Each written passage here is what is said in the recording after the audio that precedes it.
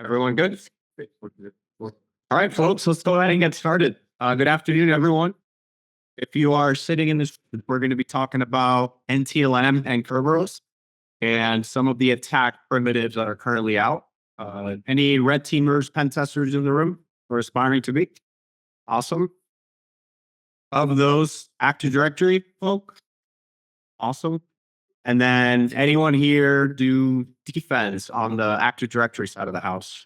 Security operations engineering. Okay, awesome. All right. So it looks like I have to be about here for the clicker to reach. So hopefully everybody can see me and hear me okay. My name is Alberto Rodriguez. I'm a senior security researcher at GuidePoint Security. I served in the Army for about 4 years active, 4 years as a reservist, where I did cyber operations on behalf of the government. I've spoken at various different conferences. I actually spoke here, I think 2 years ago, maybe 3. Really cool vibe. Thank you for having me again. And always a good excuse to visit the parks and pay that Disney tax, right? And I've also spoken at DEF CON Red Team Village and a couple others, the Midwest, which was a pretty cool conference if you can make it out. I like to put some of my hobbies out here because we're not just, cyber bubbas, right? Miami Heat fans in the room, anybody? Yes, now we're talking. Okay, all right. NBA fans in general. All right, cool. Collect Pokemon? Any Pokemon collectors? Pokemon Go? Yeah, awesome. And Brazilian Jiu-Jitsu. Any practitioners? Martial arts in general? Cool. All right, so why this talk? So we're sort of on an interesting road in security right now, particularly as it relates to on-prem and sort of the cloud, right? And I remember maybe 6 years ago, and everyone can probably attest to this, we were being told, hey, the cloud is here, man, on-prem is going to go away, right? It's going to go away. It's going to disappear. Okay, sure. Everyone's like, yeah, sure, it's going to go away. Well, it's 2025. We're still here. A lot of on-prem, a lot of cloud, a lot of everything. Part of the on-prem side of the house is authentication as it relates to Active Directory, particularly NTLM and Kerberos. So that's what we're going to talk about today. NTLM is alive and well, right? Show of hands who still sees NTLM in their environments or your clients' environments for everybody. So I don't think it's going away. Maybe after long I retire, which very long time away. Elad Shamir, I think got promoted recently. Security researcher at Spectre Ops. Really admire that guy. I mean, his research is top notch if you haven't checked him out. But he quote, and I quoted him, arguably worse than ever is where NTLM issues are in environments. So, I mean, I think that says a lot, about the protocol, where it sits in industry. We're going to talk about Kerberos because that's supposed to obviously replace NTLM entirely. So that's here to stay. It's already been implemented in Cloud Trust with Azure and Entra ID. So it's here. Help Kerberos, you're going to get a good ROI for that knowledge. And we know based on history that it's going to take a little bit for NTLM to go away. So I see NTLM, for those hoopers out there, a sort of Unk in the park, right? You got Unk in the park. He's still hooping. He's out there. He's not going anywhere, but he's been here for a little bit, right? So it's kind of like NTLM. So here's our quick agenda. I'm going to try to be punctual because last time couldn't finish it all. So we'll keep track of the time there. And I know my helpers will let me know. We're going to talk about NTLM, Kerberos, some attack primitives. I've got some demos that I recorded late last night to make sure that we're all fresh and polished up. And yeah, let's go through it. So the sunset of NTLM. Microsoft has already announced that NTLM will be deprecated and it's going away. It's no longer going to be default in the 2025 server versions. It's been around since 1993. I was not born during that time. I know some of you in the room were definitely not born in that time. Some of you guys were, hanging out. Maybe you're Unk as well. But it's been 30 plus years since NTLM was introduced into the marketplace, and it's been around ever since. So you can imagine 30 plus years of attack surface that has just been polished up, research, rinse, repeat, which led us to where we're at today. NTLM is a go-to protocol that attackers like to abuse. Like I mentioned, the deprecation timeline's already out. They said it last year, hey, it's going away. We're going to clean it up from the servers, et cetera, et cetera. Cool, awesome. Looking forward to it. We'll see how that goes. Things like pass the hash, NTLM relaying, which we'll hit on as well. They've just been around for forever since I've been in security, so I don't see them going away anytime soon. But as more and more companies start disabling NTLM and just only allowing Kerberos, that's where some of this knowledge is going to come in to help you as attackers and defenders. So just a quick recap of NTLM, challenge response protocol, right? Not a lot going on. It's very quick and easy. There's 3 messages: the negotiate message, a challenge message, and then ultimately the response with an encrypted blob, essentially. And, it's cross compatible with other protocols. So they use NTLM to authenticate to like SMP, pretty much every protocol out there. So again, important to note that it has industry-wide adoption. You can authenticate to web apps using NTLM, just to give some context if you haven't worked with it enough. So the authentication flow, again, pretty simple if you look at it. We've got the negotiate message. Client reaches out to the server, says, hey, let's talk. Server comes back and says, cool, here's a challenge. It's, a nonce. And then the client says, yep, gotcha. Let's go ahead and authenticate. Part of that is sending over, again, that encrypted blob. That encrypted blob is derived from the password of that respective user. And that's where NTLM abuse scenario comes from. Because if you're an attacker and you have any sort of machine in the middle position, you can effectively capture the final response between the client and the server. So if you're an attacker and you're inside of that respective network, obviously, depending on the routing, it could get a little tricky. Maybe you have to switch to a different VLAN. Maybe you have to do some sort of router advertisements, et cetera. But most of the time, we all know that the inside is quite squishy in these environments. So getting that machine in the middle foothold is not necessarily the hardest thing in the world. Just a quick rant about deprecated technologies. Again, NTLM has been around longer than I've been alive. Still around. It's supposed to go away, which is why we're going to talk about Kerberos. But Windows XP was a thing when I started in the industry as well. And you probably don't want to attest to this, but show of hands, who still sees Windows XPs in their line of work? I don't even know when XP came out. I think I put it, it ended support way back then, and we are still seeing it in 2025. The year's almost done, by the way. Anyone else feel like the year flew by? We're almost in 2026. Like New Year's parties already being planned, right? And it's still around. That's XP. A lot of good gaming back in those days.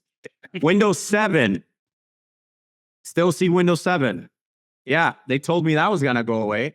I love when I see it. It's like a weekly reminder that it's there. All right. So every time you see it, you're like, yes, all right, cool. I'm going to get a shell. It's going to be a good week. We're good. And that happens like every other week. So that's always fun. So NTLM 2024, 5 years or longer. Who says it's going to be around for 5 more years? 10 more years, 15 more years. Okay. Yeah. I'm like the same as this guy, like 15, 20. It's like, whoa, we're still here. But yeah, I mean, I think around the 15-year mark, we're going to see NTLM. But we do have these environments that are starting to fix it. We see more of our mature clients at GuidePoint that they are starting to disable NTLM altogether, which sucks because it makes hacking a little bit harder, but it's okay because there are some Kerberos scenarios that are almost a one-to-one match that we can use. All right, so let's talk about Kerberos next. If we're good on time. Kerberos. So Kerberos is quote unquote the modern / approved solution for authentication in Active Directory environments. It's a ticketing system. It enables single sign-on. It has, a way for you to interact with all these different services as the user without having to enter your username and password. But it's a little more complex than NTLM. If you analyze the protocol, you as the domain user, you log into the workstation. The moment you log in, your password is encrypted and put into the LSAS process. Everyone knows LSAS is notorious for being a huge target. Awesome. So now we have our password in various different algorithms into LSAS. From there, we communicate with the domain controller and we say, hey, domain controller, I'm going to send you a request because I want to authenticate to services within this Active Directory environment. We send that AS rec to the DC. The DC says, yep, you're good to go. Your password checks out. Here's the TGT. So you now have a ticket. Consider this ticket as your entry to the fair. All right, you go to the fair, you get a ticket, and then with that ticket or maybe wristband, you can like walk around and stuff, right? Okay, cool.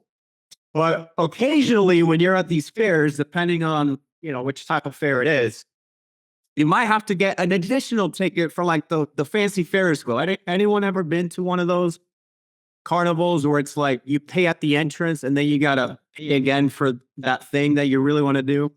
Cool. That's kind of how Kerberos works, because once you have that TGT, which is your entrance to the domain, you then tell the domain controller with a TGS request, says, hey, I want to authenticate to the file server. Okay, great. The domain controller grabs that, and then it sends you a service ticket. That service ticket is the ticket to the Ferris wheel that you really want to ride, that for whatever reason is worth more money. And that is what you present to the file server. A lot of different steps. And here I try to summarize it for you. It doesn't really help, but there's a lot of back and forth between you in the middle being the client, the domain controller, and then ultimately towards the bottom right, that service you want to communicate with. So if you look at, and I forgot to do it, but that kind of helps. If you look at this side right here, you can imagine the client, your victim, is going to do all this back and forth with the DC. And then at the very end, when you have that service ticket, before you interact with the service, it would be great if we can get that service ticket on the wire. Before we get into that, though, we have to very quickly touch on authentication coercion. Okay, because we talked about this sort of machine in the middle, place we need to be. So when it's NTLM, we want to be in the middle so we can forward the NTLM request. With Kerberos, it's very similar. We want to be in the middle of the conversation so that we can forward the service ticket to the service that we want to access. So coercion is sort of this way that you can communicate with a respective service and tell it, or coerce it, which is what the term the industry is using right now, coerce it to communicate to you. So back, I don't know what year this came out. Tifkin from X, Lee Christensen, I believe his name is, and Elad Shamir found printer bug. Anyone heard of printer bug? Yeah. Since then, there's like 30, and you can't keep track of them. There's like a bajillion ways for you as a regular domain user to interact with a respective service and force it to authenticate somewhere. That they keep trying to patch it. New ones keep popping up. I think it's going to be whack-a-mole, just like UAC bypasses. So it coercing a specific computer to communicate over to you is pretty simple these days. So how does this work, right? How do we actually get to the point where I'm an attacker in the middle of these conversations?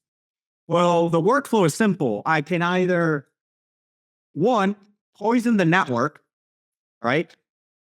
There's a bunch of different ways to do it. There are some legacy protocols in Active Directory, which, again, they're around. I see them every week. LNMNR, NBTNS, MDNS. You can use MITM6 to spoof or DHCP solicits. And if IPv6 is enabled in the environment, then you can take over being the DNS server for that respective host. Again, that's been around for forever. See it all the time. And ultimately, lastly, you can also do the traditional ARP spoofing to get that machine in the middle footprint that you want to be in. Secondly, you can do it on demand. So you can tell that computer, hey, you using one of the many that I listed here. There's tools out there. You can screenshot this. The slides will be on the GitHub after. But there's a ton of ways for you to go tell a computer, hey, go communicate over here. And then that over here turns out to you. So you've now essentially ordered a computer in the domain to communicate to you, placing yourself in that machine in the middle footprint so that you can do whatever it is that you need to do. And then last but not least, some of us forget because it's like a little bit of work and we're hackers, so we tend to be lazy, but you can always get write access to an SMB share and put the file, put certain files in the right place, especially if it's a high traffic file server that you have write access to. Plant one of these files, a bunch of users will connect to you again, and then it's like NTLM or Kerberos related balloon. Be warned, depending on where you put these files, you might get more hashes or connections to you than you expect. Could possibly DOS your sheet. See that happen. And then honorable mention, you can always just wait a day or two and Nessus or Qualys or insert vulnerability scanner here will like sweep the domain with DA creds because that's what everyone does. Great practice. And you'll get coercion that way. You'll get someone to authenticate to your Kali machine with DA creds. And I hate when this happens, but anyone else see this like all the time? Yeah. Crazy. 2025, and we're still talking about the same stuff. Cool. For sysadmins in the room, I just want to put this up there for like note, but again, you can start disabling this stuff. It's pretty simple. A little pro tip there at the bottom, not a lot of people know about. If you add a domain user to the protected users group, it will not allow NTLM. So if you're like testing service accounts, add them to the protected users group and you can see if it breaks stuff. And if it doesn't, then you're good, right? Yes. Can you just add every users in that protected users group? Or you can just disable the GPO, but yeah. Just go one at a time, right? Click. I know PowerShell. Yeah. Again, I put the GPOs in here just for reference. You'll get the slides after. Now in Kerberos, it was, hey, we're going to disable NTLM for authentication, but then you can also, and you should, disable NTLM for incoming and outgoing NTLM connections. All right. So there's like two that kind of hide. Not a lot of people talk about those. And I recently found out about these two like 2 weeks ago when I started all the research, because certain tools are still allowing me to use NTLM authentication. And I wanted to make sure the range I was in had like 0 NTLM, right? I didn't want some backend stuff to still work when it shouldn't be. So legacy GPOs installed. What was that? There's legacy GPOs. Yeah. And in some cases, you have to download and install the new ones, and you can't get the GPO. Yeah. So luckily, these weren't, and I did this on a 2022 server.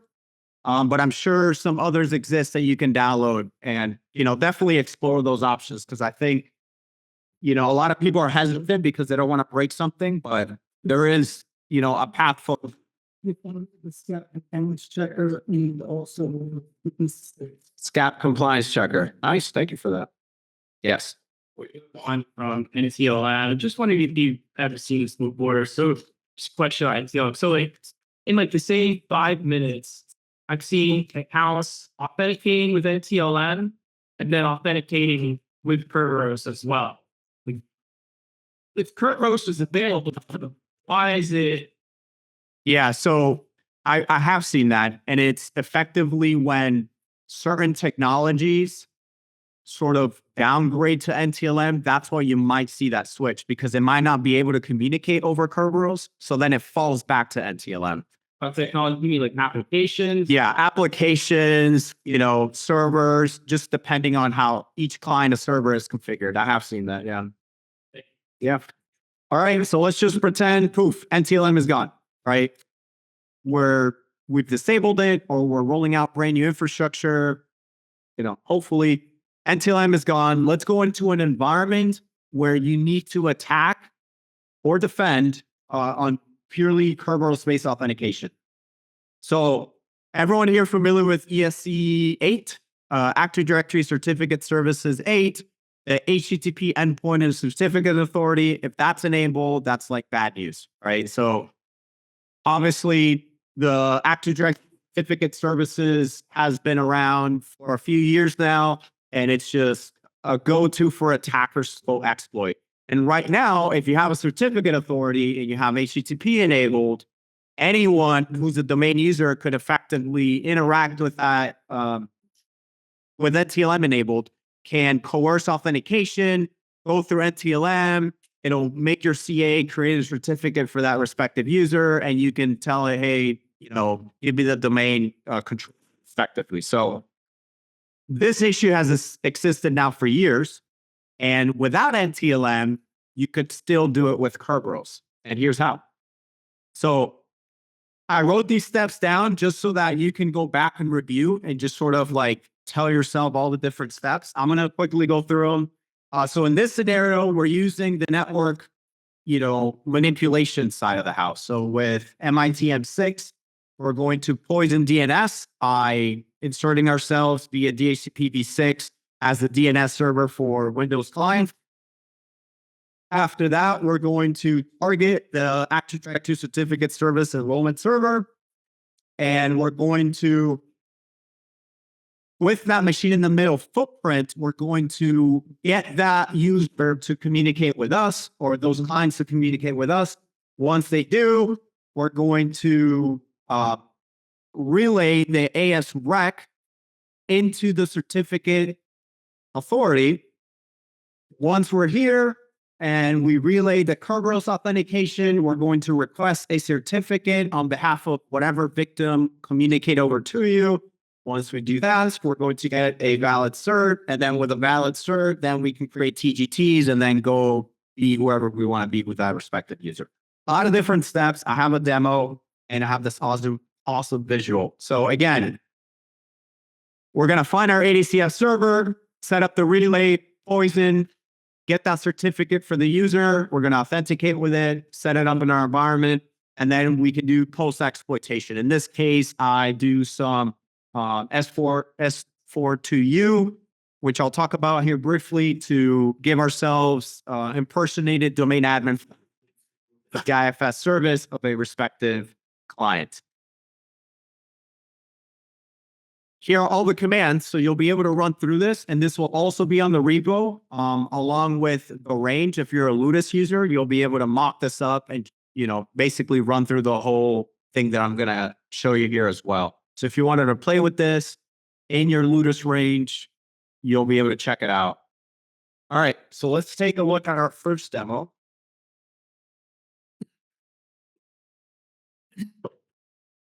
I'm going to talk through it. So again, we're using Certify as a regular domain user to find the certificate, Active Directory Certificate Service Enrollment Server.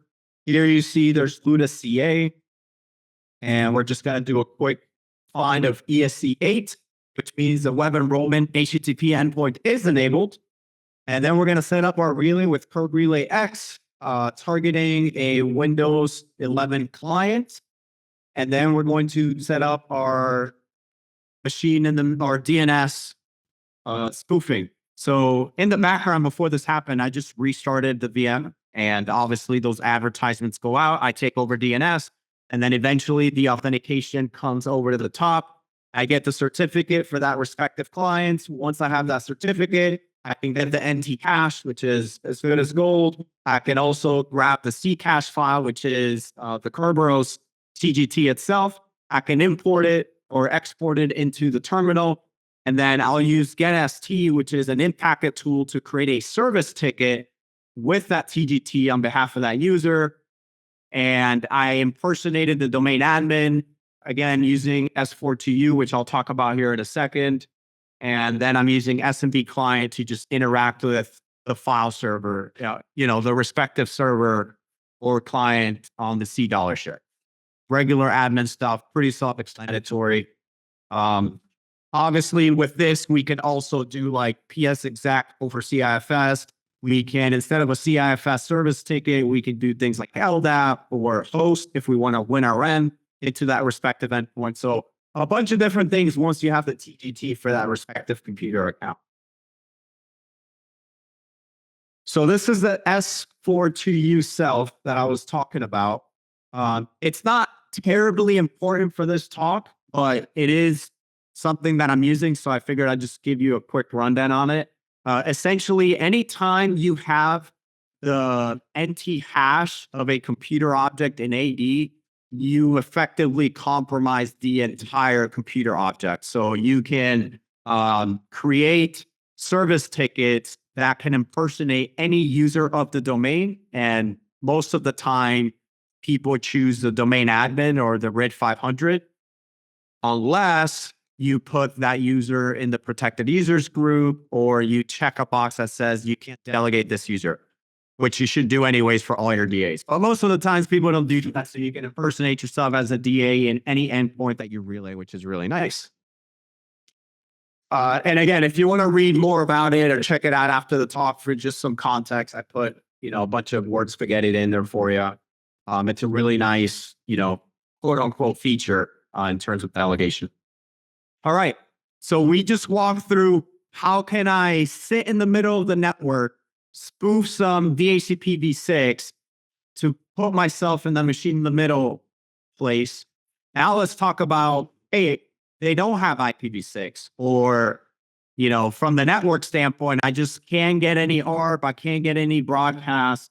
I need to somehow, some way get this computer object or get this user to talk to me. All right. How do I get this user's attention? This is where some of the coercion comes in.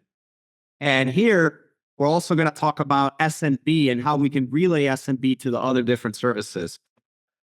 So back in 2021, Google Project Zero researcher James Forshaw discovered some interesting behavior of SMB traffic as it relates to Kerberos. And what they found was when you're trying to interact with SMB over Kerberos, on the back end, when you look at the packets, it's really saying, hey, we want to interact with this file server. That's what the CIFS service ticket is for. But then there's all this, Marshall data. It's sort of horrible to me, right? Like, I don't even know what this means. He explains it in the blog. There's references for it. You can check it out. But it's interesting because what he found is that if you create a DNS entry for this, you could potentially get these endpoints to interact with you. So that's what we do. That's what we can do as attackers. We can create a DNS record registry in LDAP, which is eventually made over to the DNS server, which I'll show you as well. And the outcome is when a respective service interacts with that string that we'll run through, you can point it to yourself as the attacker and put yourself in that machine in the middle scenario. Now, there are some limitations there at the bottom. You can review them when you're playing around with it, just character count. Obviously, if the host name is really long, you might get screwed, but for the most part, works. Just some traditional relaying problems with Kerberos. If we're good on time. Sometimes you have a difficulty in relaying the same service to a different service. So for example, if you wanted to relay SMB over to LDAP, it gets tricky. Another limitation that forcing that target to communicate to you. So again, we either have to do it via the network with some type of spoofing or something, or with some type of coercion. Sometimes that can be more difficult. So with this Fred Marshall target info that we've learned from James Forshaw is if we can somehow introduce that DNS entry, which you most of the times can, we can trick a respective client to communicate over to us. So here are all the steps. Again, just for each review later, we register a malicious DNS record. That's going to point to our attacker machine. Check. We set up the curb relay, and we coerce our victim to authenticate to that host name, that garble, that blob. That's what we force it to communicate with. because then on the back end, it'll do the DNS lookup and then it'll come and talk to us, which is exactly what we want. And once we do that, it's the same. We grab the AP request, we forward it to the victim service that we're trying to target, and we get access to whatever that target may have. So it looks a little something like this.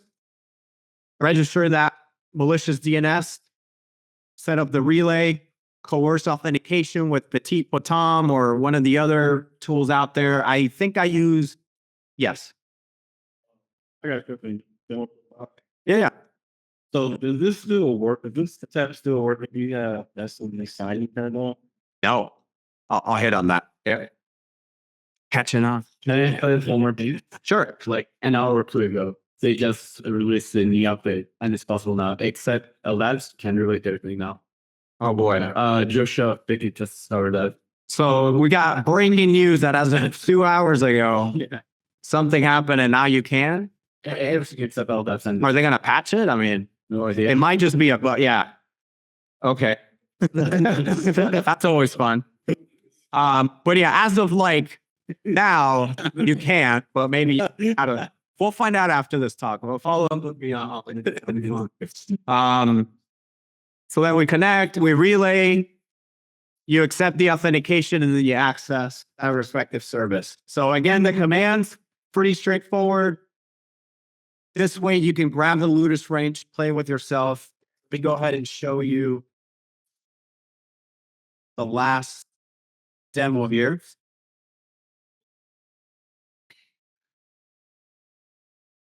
So we're going to use DNS tool by DirtJan. Shout out to him. Where we're going to create that DNS record and point it to our attacker IP address. And then I do this for a couple different things. Why? Because I want anyone that tries to communicate with these DNS entries to come to me. This is really for the demo, but sometimes I'll just put all the DCs, and if anyone tries to talk to the DCs, come talk to me. Question on the demos. Yes. How do we get copies of these? Because I want to run through some of this. Yeah, I'll put the MP4s up in the repo. Okay, cool. Yeah. I think GitHub will allow me. They're not that big. If not, just put them in a Starbucks. Yeah. We'll get them eventually. Yeah, I got you. Yeah. Google, I'll put it on Google Drive like or something. All right. So yeah, I created a few here. At this point, I'm having a lot of fun. It's late at night and the talk is tomorrow. So I'm just like, let me just add everything. And then I just do a quick check. So then NS lookup for that marshaled string, ludus.domain, and then here's my attacker machine, right? Once I verify that's working, and it takes a little bit, just so you know, if you're messing with it, it takes like, I think in my demo, in my environment, it took like 2 minutes for it to populate to DNS. So just heads up there. So once we confirm, yep, it's populating, it's good, we see it, then we're going to set up our relay at the top. Again, we're going to point to the CA, the certificate authority, and we're going to choose that Windows 11 client as a victim yet again. And then at the bottom, we're going to use USP coerce, which is a new method that I learned about.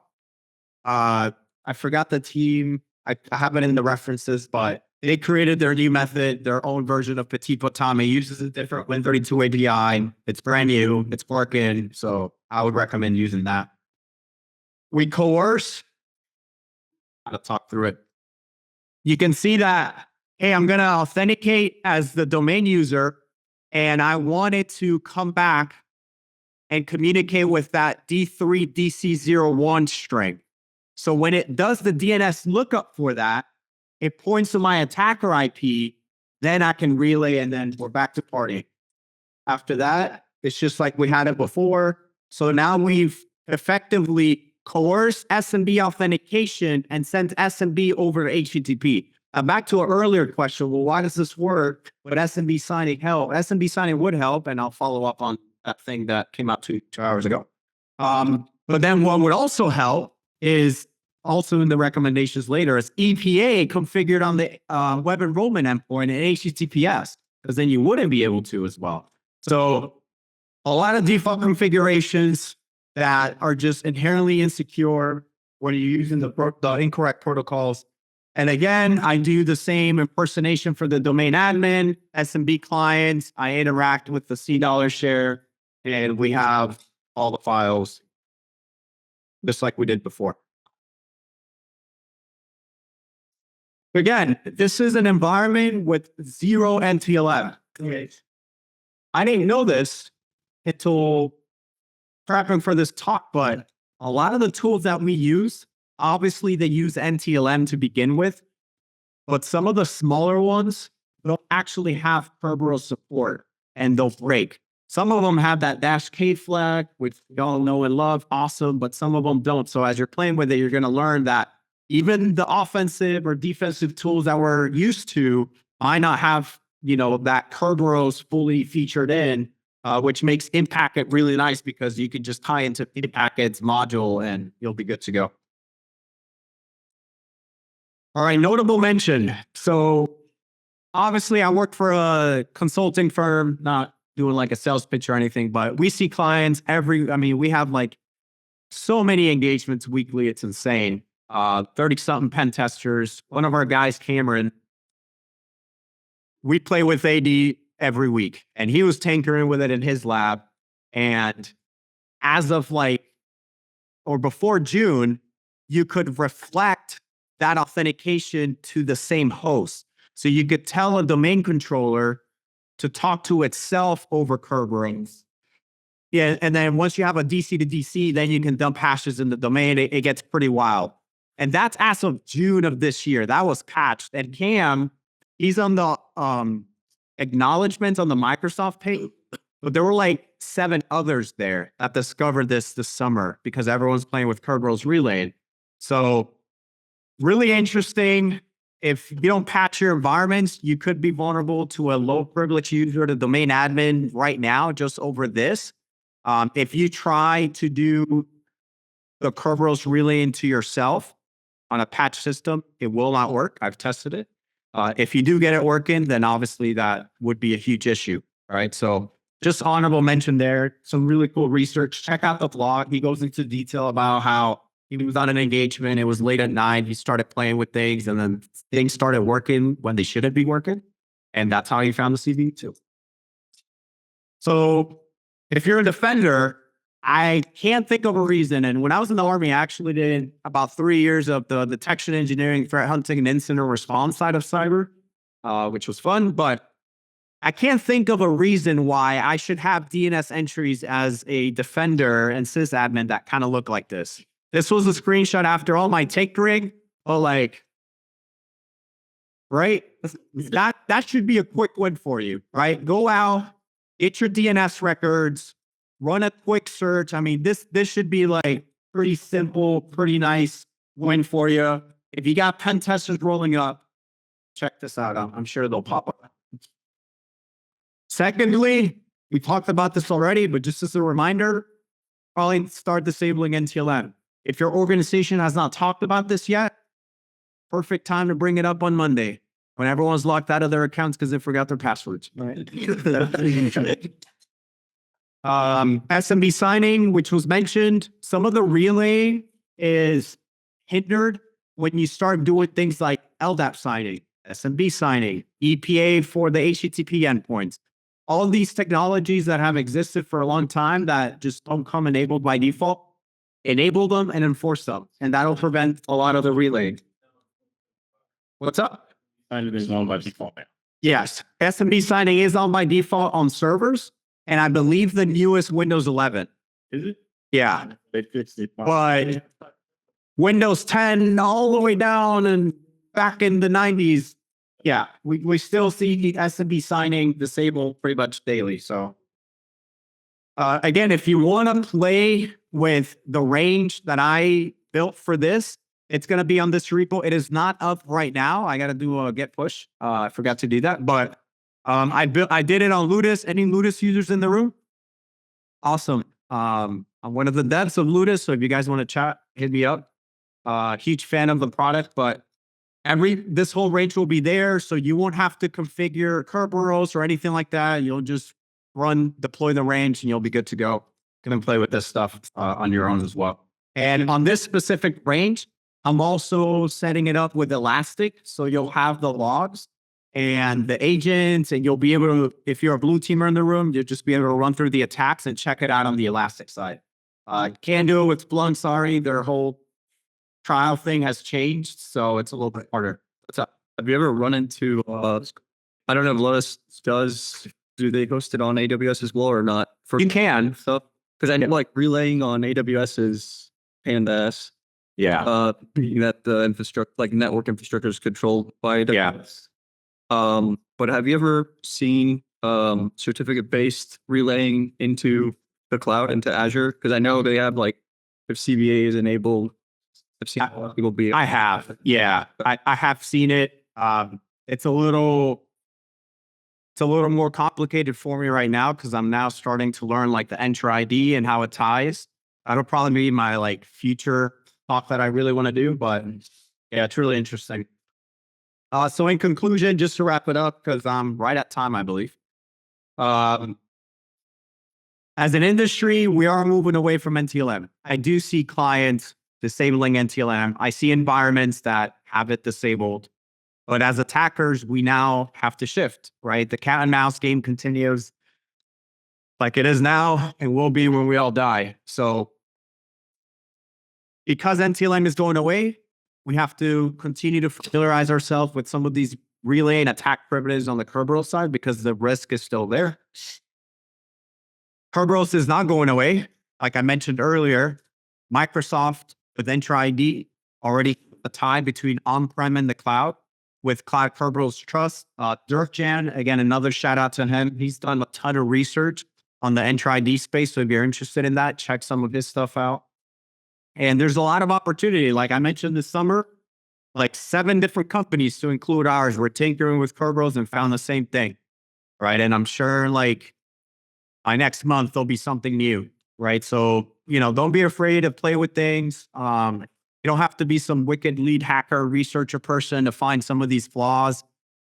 As long as you try to do something that, hey, this shouldn't work, and now all of a sudden it does, and then you can reach out to others in the industry to sort of help you out. And hey, why is this behaving this certain way if you don't find anything? But luckily, there's a lot of research out there in the industry, so you're not alone. These are just spaghetti of all the references that I use for this talk. There's that and this. And I probably missed a few. I was just copy and pasting them as I went along, but a lot of great companies, a lot of great research out there for you to play with some of this. And yeah, just want to say thank you to the people, right? Thank you to the audience. Appreciate you guys. And